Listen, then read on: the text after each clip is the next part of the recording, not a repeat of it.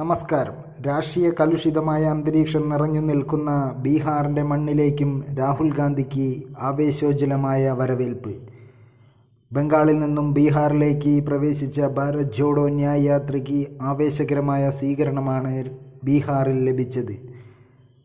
ബീഹാർ ബംഗാൾ അതിർത്തിയിൽ പതിനായിരക്കണക്കിന് ജനങ്ങളാണ് രാഹുലിനെ വരവേറ്റത്.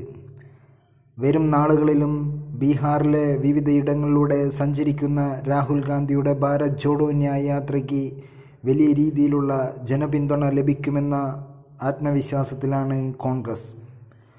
രാഷ്ട്രീയ അന്തരീക്ഷം കലുഷിതമായിരിക്കുന്ന ബീഹാറിൽ മഹാസഖ്യത്തിൻ്റെ പ്രധാന മുഖമായി മാറുകയാണ് രാഹുൽ ഗാന്ധി ഭാരത് ജോഡോ ന്യായ് യാത്രയുടെ ബീഹാറിൻ്റെ മണ്ണിൽ. ബീഹാർ മുൻ ഉപമുഖ്യമന്ത്രിയും RJD നേതാവുമായ തേജസ്വി യാദവും നിരവധി ഇടതുപക്ഷ പാർട്ടികളും ഭാരത് ജോഡോ ന്യായ് യാത്രയുടെ ഭാഗമാകും. ബീഹാറിൽ വലിയ രീതിയിലുള്ള ജനമുന്നേറ്റത്തിനാണ് ഭാരത് ജോഡോ ന്യായ് യാത്ര ബീഹാറിലൂടെ സഞ്ചരിക്കുന്നത്. വരുന്ന ലോക്സഭാ തെരഞ്ഞെടുപ്പിൽ നിതീഷ് കുമാറിന് വലിയ തിരിച്ചടി നൽകാൻ ഒരുങ്ങുകയാണ് ബീഹാറിൽ കോൺഗ്രസ്, RJD എന്നീ പാർട്ടികൾ ഒന്നിക്കുന്ന മഹാസഖ്യം. ബീഹാറിൻ്റെ മണ്ണിൽ രാഷ്ട്രീയ മുതലെടുപ്പ് നടത്തുന്ന നിതീഷ് കുമാറിനും BJPക്കും കനത്ത തിരിച്ചടി നൽകുമെന്ന് RJD നേതാവ് തേജസ്വി യാദവ് ഉറപ്പിച്ചു പറഞ്ഞു കഴിഞ്ഞിരിക്കുന്നു. വരും നാളുകളിൽ വലിയ രാഷ്ട്രീയ നീക്കങ്ങൾക്ക് ബീഹാറിൻ്റെ മണ്ണ് സാക്ഷ്യം വഹിക്കുക തന്നെ ചെയ്യും.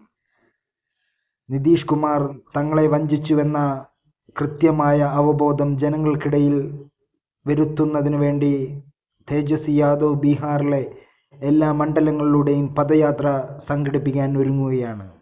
രാഹുൽ ഗാന്ധിയുടെ ഭാരത് ജോഡോ ന്യായ് യാത്രയും അത് കഴിഞ്ഞ് നടക്കുന്ന തേജസ്വി യാദവ് നടത്തുന്ന പദയാത്രയും വലിയ രീതിയിലുള്ള രാഷ്ട്രീയ നീക്കങ്ങൾക്ക് ബീഹാറിൻ്റെ മണ്ണിൽ സാക്ഷ്യം വഹിക്കാൻ പോകുന്നതേയുള്ളൂ. നിതീഷ് കുമാറിൻ്റെ വഞ്ചനയ്ക്കെതിരെ വലിയ രീതിയിലുള്ള പ്രതികരണമാണ് ബീഹാറിൽ നിന്നും വിവിധ രാഷ്ട്രീയ കക്ഷികൾക്കിടയിൽ നിന്നും ഉയരുന്നത്.